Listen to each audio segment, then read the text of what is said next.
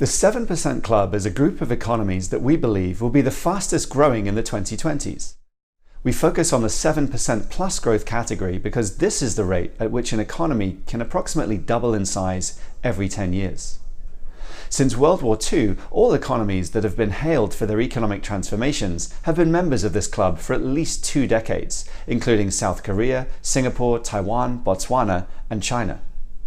While the quality of growth matters, we focus on the pace of growth for several reasons. Fast growth not only helps to lift people more quickly out of absolute poverty, but is also usually accompanied by better health and education, as well as better access to a wider range of goods and services. Nowhere has this been more evident than in China.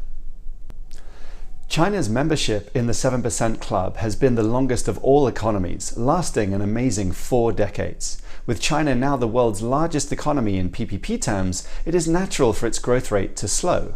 As a result, China has now left the 7% Club. Over the coming decade, we expect 7 economies to grow at 7% plus rates. These economies will stand out as global GDP growth likely slows, with weaker trend growth in advanced economies and a gradual slowdown in China. 2 large populous South Asian countries, India and Bangladesh, will likely dominate the 7% Club in the 2020s. Young labour forces and accelerating structural reforms should help both countries.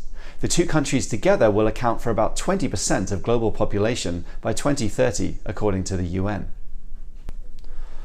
Countries to watch from the ASEAN region include Vietnam and the Philippines. We expect a couple of sub-Saharan African economies, Ethiopia and Côte d'Ivoire, to also join the 7% Club in the next 10 years.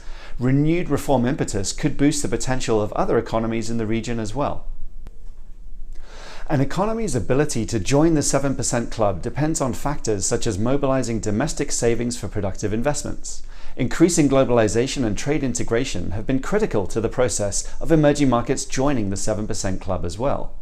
The recent rise of anti-globalization sentiment and nationalist policies, especially in developed countries, poses a threat to sustained gains for both emerging markets and the global economy.